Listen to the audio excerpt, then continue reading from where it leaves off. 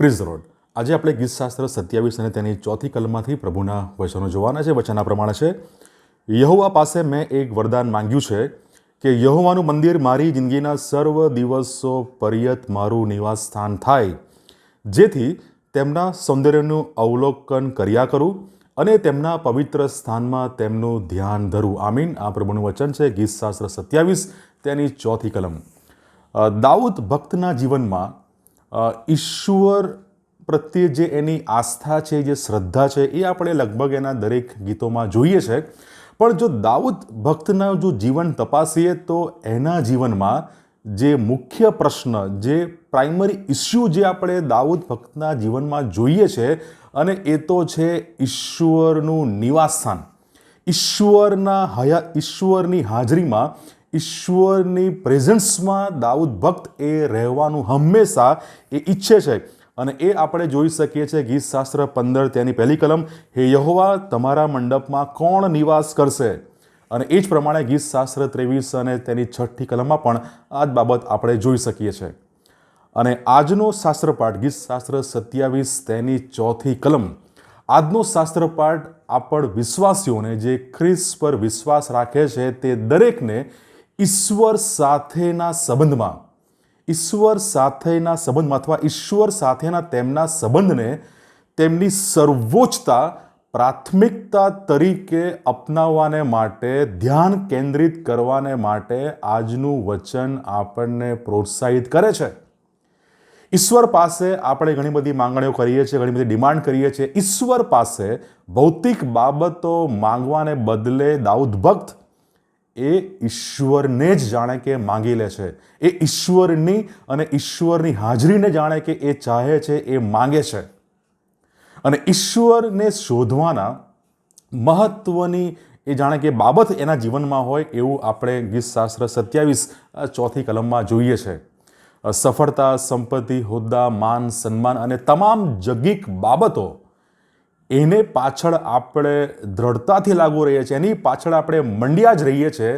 પણ આજનું વચન આપણે દરેકને ઈશ્વર સાથેના સંબંધ પર ધ્યાન કેન્દ્રિત કરવાને માટે આપણને જણાવે છે, એ યાદ અપાવે છે. અને ગીતશાસ્ત્ર 27 તેની ચોથી કલમમાં 3 બાબતો તરફ આપણું ધ્યાન દાઉદ ભક્ત એ આ કલમમાં આકર્ષિત કરે છે. સૌથી પહેલી બાબત, દાઉદ ભક્ત એ ઈશ્વર પાસે એક વરદાન માંગે છે. અને એ શું કહે છે? યહોવાનું મંદિર મારી જિંદગીના સર્વ દિવસો પર્યંત મારું નિવાસસ્થાન થાય. સૌથી પહેલી બાબત એ કલમમાં આપણે જોઈ શકીએ છીએ કે ઈશ્વરનું મંદિર, યહોવાનું મંદિર, આ બાબત એ દાઉદ ભક્ત માટે જાણે કે બહુ જ અગત્યની છે. અને આજે આપણા માટે પણ ખ્રિસ્ત દ્વારા સતત તેમનામાં, તેમની પવિત્ર હાજરીમાં રહેવાને માટે એ આમંત્રણ એ ખ્રિસ્ત એ નવા કરારમાં એ આપે છે. આપણે જોઈ શકીએ છીએ યોહાન 15:4 એ કહે છે, તમે મારામાં રહો ને હું તમારામાં રહીશ. ખ્રિસ્તમાં રહેવાને માટે ખ્રિસ્તે એ આમંત્રણ એ યોહાન 15:4 આપે છે.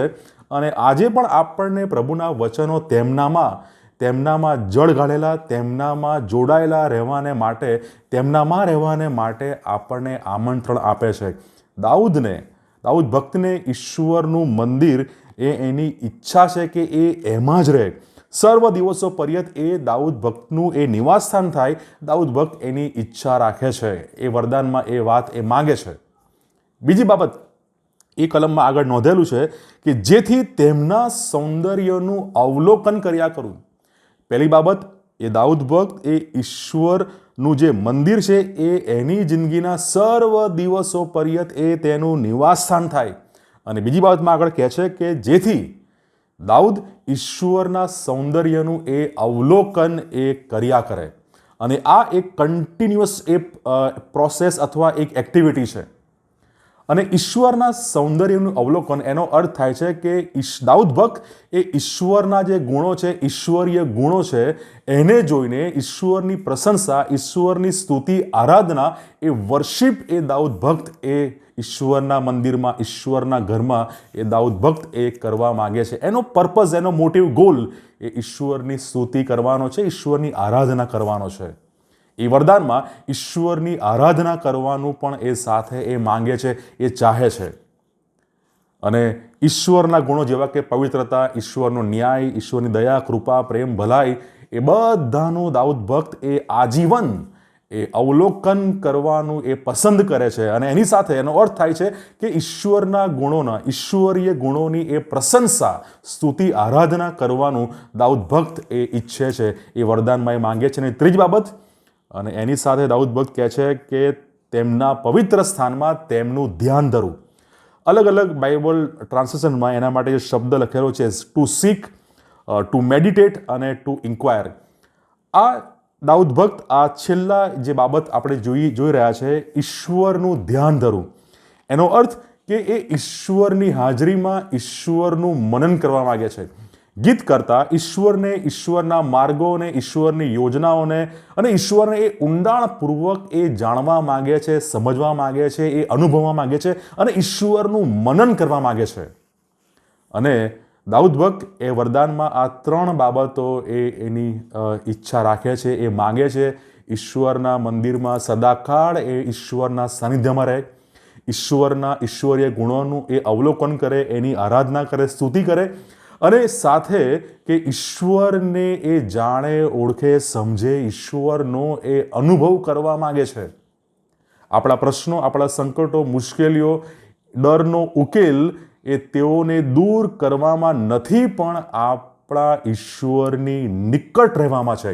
દાઉદ ભક્ત જ્યારે આ ગીત લખે છે ત્યારે એ સૈન્યો એની સામે છે, એની વિરુદ્ધ છાવણી નાખી છે. ત્રીજી કલમમાં સૈન્યો, શત્રુઓ એની વિરુદ્ધ ઉઠે છે, પણ તેમ છતાં પણ એ ભૌતિક બાબતોની ઈચ્છા, યાચના રાખતો નથી, પણ એ ઈશ્વરની હાજરીની એ ઈચ્છા રાખે છે. એ વરદાનમાં એ બધી બાબતો માગે છે જે ચોથી કલમમાં આપણે જોઈ રહ્યા છે.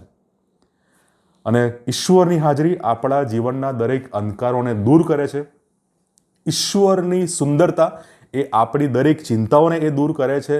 અને ઈશ્વરને શોધવામાં, જ્યારે આપણે ઈશ્વરને શોધીએ છીએ ત્યારે આપણને ઈશ્વર તરફથી સામર્થ્ય, હિંમત, બળ આપણને પ્રાપ્ત થાય છે. અને દાઉદ ભક્ત આ એક વરદાન એ માંગે છે, અને આજે આપણે પણ ઈશ્વરની પાસે આ જ બાબત આપણે માંગવી જોઈએ. અને નવા કરારમાં પણ આપણે જોઈ શકીએ છીએ કે પ્રેરિત પાઉલ એ આવું જ કંઈક બાબત માંગે છે. ફિલિપીનો પત્ર 3 અધ્યાય તેની 13 અને 14 કલમ, ભાઈઓ, મેં પકડી લીધું છે એમ હું ગણતો નથી, પણ એક કામ હું કરું છું. એક બાબત પ્રેરિત પાઉલ કરે છે. શું કરે છે?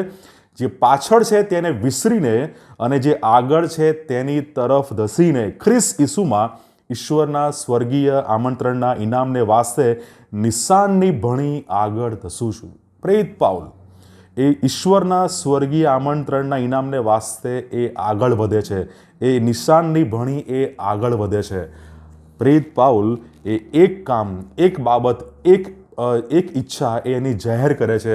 દાઉદ ભક્ત એ એની ઈચ્છા ગીત 727 અને 4 જાહેર કરે છે. અને આજે આપણે પણ ઈશ્વરની પાસે જે દાઉદ ભક્ત એ માગે છે, એ જ વરદાન, એ જ બાબત આપણે ઈશ્વરની પાસે માંગીએ. પ્રભુ ચોક્કસ આપણી સહાય અને મદદ કરશે. God bless you.